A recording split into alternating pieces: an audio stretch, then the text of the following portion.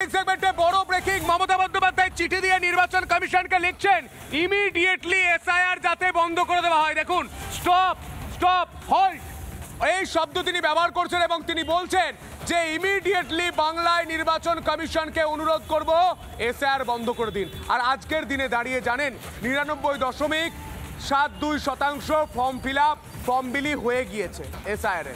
মমতা বন্দ্যোপাধ্যায় তাতেই ভয় পাচ্ছেন। আপনাদের বড় ব্রেকিং জানিয়ে রাখছে, এই মুহূর্তে আরো বিস্তারিত জানাবো যে মমতা বন্দ্যোপাধ্যায় তিনি বলছেন যে এসআইআর বন্ধ করতে এক্ষুনি বন্ধ করে দিতে হবে। জ্ঞানেশ কুমারকে চিঠি, মুখ্যমন্ত্রীর উপযুক্ত প্রশিক্ষণের ব্যবস্থা করার কথা বলে চিঠি, রাজ্যের বলপূর্বকভাবে এসআইআর করার চেষ্টা বলছেন মমতা বন্দ্যোপাধ্যায়। কমিশনের পদক্ষেপকে বিপজ্জনক বলে উল্লেখ করছেন তিনি।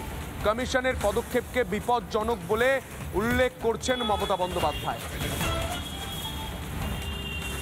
মমতা বন্দ্যোপাধ্যায় চিঠি দিয়ে জ্ঞানেশ কুমারকে বলছেন এক্ষুনি এসআইআর বন্ধ করে দিন। মমতা বন্দ্যোপাধ্যায় এটা কেন চাইছেন? এসআইআর হলে আপনার কি ক্ষতি? আপনার কি ভোট ব্যাংকে ক্ষতি? আপনি কি মনে করছেন যারা এই হাকিমপুর চেকপোস্ট, এই পেট্রাপল সীমান্ত দিয়ে বাংলাদেশে ফিরে যাচ্ছে বা বিভিন্ন যেখানে কাঁটাতার নেই সেখান দিয়ে বাংলাদেশে ফিরে যাচ্ছে, তারা আপনার ভোট ব্যাংক? যে নিউ টাউন সহ বিভিন্ন জায়গায় বস্তিগুলো খালি হয়ে যাচ্ছে, তারা কি আপনার ভোট ব্যাংক? এসআইআর হচ্ছে বলে যারা এদেশের মানুষ নয় তারা বাংলাদেশে ফিরে যাচ্ছে।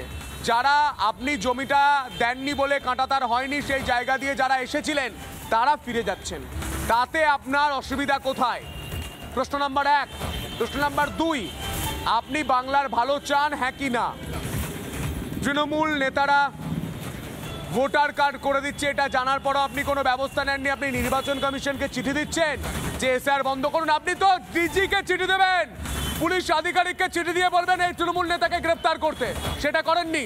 মুখ্য নির্বাচন কমিশনার তিনি ঠিক কি বলছেন, মুখ্য নির্বাচন আধিকারিক তিনি ঠিক কি বলছেন শুনবো।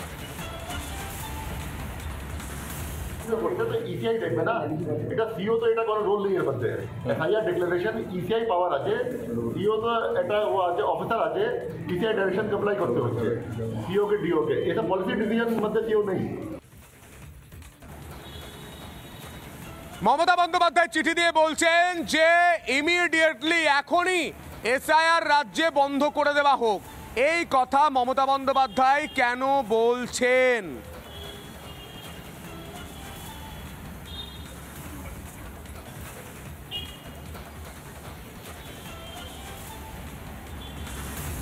আপনাদের আরো একবার জানিয়ে রাখি যে মমতা বন্দ্যোপাধ্যায় তিনি চিঠি দিয়ে বলছেন নির্বাচন কমিশনকে এসআইআর বন্ধ করে দেওয়ার জন্য। এসআইআর বন্ধ করতে মরিয়া মমতা বন্দ্যোপাধ্যায়। এসআইআর বন্ধ করতে সরাসরি নির্বাচন কমিশনকে চিঠি, জ্ঞানেশ কুমারকে চিঠি, মুখ্যমন্ত্রীর উপযুক্ত প্রশিক্ষণের ব্যবস্থা করার কথা বলে চিঠি, রাজ্যে বলপূর্বকভাবে এসআইআর করার চেষ্টা। মমতা বন্দ্যোপাধ্যায় এই কথা বলছেন।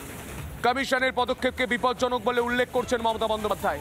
কমিশনের পদক্ষেপ বাংলার জন্য কত মঙ্গল তা বাংলার মানুষ জানে। এই মুহূর্তে আমার কাছে যে চিঠিটা রয়েছে সেই চিঠি আপনাদের দেখায়। মমতা বন্দ্যোপাধ্যায় এই চিঠিটা নির্বাচন কমিশনারকে দিচ্ছেন এবং যেখানে আমি মার্ক করে দিচ্ছি সেখানে ভালো করে দেখুন আমার প্রিয় দর্শক। সেখানে মমতা বন্দ্যোপাধ্যায় বলছেন ইমিডিয়েটলি স্টপ। তিনি বলছেন halt the ongoing exercise, stop ongoing exercise. I would request you to kindly halt. এই কথা বলছেন মমতা বন্দ্যোপাধ্যায়। আর এই চিঠিটা দেওয়ার পর রাজ্যের বিরোধী রাজনৈতিক দলের নেতারা সুকান্ত মজুমদার, কৌস্তব বাগচি এবং রাহুল সিনহারা তাঁরা ঠিক কি বলছেন শুনবো। স্থগিত বলেছেন, আমি যতদূর পড়ে বুঝতে পেরেছি। আগে উনি বলতেন একদম আমরা এসআইআর হতেই দেব না। এসআইআর এর ধারণা যখন ইলেকশন কমিশন দিয়েছিল সেই সময় লাফালাফি শুরু হয়ে গেছিল তৃণমূল কংগ্রেসের তরফ থেকে যে এসআইআর আমরা করতে দেব না। তারপরে একের পর এক ঘটনা সবার সামনে এসেছে। বসিরহাটের ঘটনা আপনারা সবাই দেখেছে কি অবস্থা। লক্ষ্মীর ভাণ্ডার দেওয়ার ব্যবস্থাও করে দিয়েছে বাংলাদেশি নাগরিকদেরকে এরা। তো মমতা বন্দ্যোপাধ্যায়ের গুমর ফাঁস হয়ে গেছে। এখন তিনি তাই চাইছেন যে এসআইআর স্থগিত করা হোক। এক্সটেন্ড যদি করতে চায়, স্বাভাবিকভাবে মমতা বন্দ্যোপাধ্যায় সরকারের টেনিওর পার হয়ে যাবে ভোট করাতে। তাহলে মমতা বন্দ্যোপাধ্যায়ের জায়গায় রাজ্যপালের শাসনে বা রাজ্যপালের হাতে দিয়ে রাজ্যে যদি ভোট হয় বিজেপির তো অন্ততপক্ষে আপত্তি নেই কোনো। মমতা বন্দ্যোপাধ্যায়দের অসুবিধা হচ্ছে এটার কারণে। তৃণমূলের এই ভিত্তিটাই হচ্ছে, এই সরকারের টিকে থাকার ভিত্তিটাই হচ্ছে এই মৃত ভোটার, ডবল এন্ট্রি ভোটার। তো এটা হচ্ছে মমতা বন্দ্যোপাধ্যায়ের টিকে থাকা ভিত্তি। তো এই টিকে থাকার ভিত্তিটা যেখানে এফেক্টেড হচ্ছে, আলটিমেটলি মমতা বন্দ্যোপাধ্যায়ের চেয়ারের 4টে পায়াও নড়বড়ে হয়ে যাচ্ছে। তো সেই কারণে মুখ্যমন্ত্রীর এই মরিয়া লড়াই, এটাকে বন্ধ করার জন্য। কিন্তু জেনে রাখা ভালো, কোনো লাভ নেই।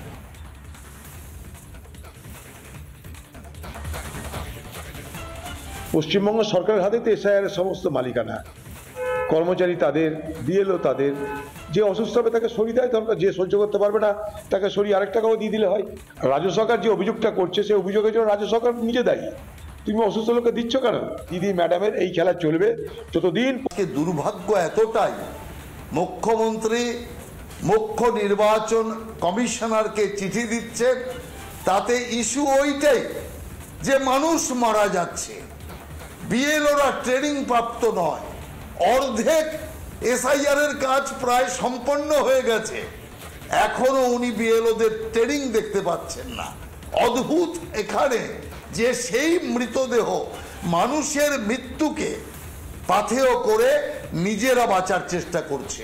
মুখ্যমন্ত্রী বুঝতে পেরেছে যে ওই বাংলাদেশি অনুপ্রবেশকারী ছাড়া, রোহিঙ্গা মুসলমান ছাড়া, ভুয়া ভোটার ছাড়া তৃণমূল কংগ্রেস জিততে পারবে না। আর সেই কারণে মানুষের মৃত্যুকে ঢাল করে এখন তিনি এসআইআর আটকানোর চেষ্টা করছে।